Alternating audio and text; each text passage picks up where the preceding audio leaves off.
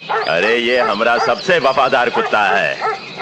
हम अपना सब कुत्तों का वफादारी तराजू का एक पलड़े में डालूं और इसका वफादारी तराजू का दूसरा पलड़े में, तो भी इसका वफादारी भारी पड़ेगा।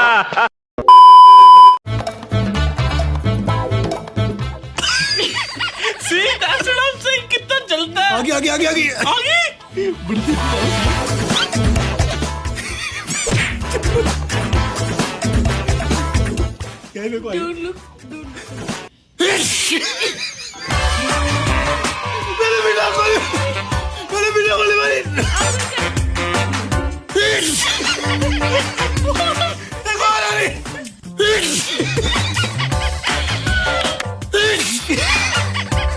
और रुक नहीं रही है।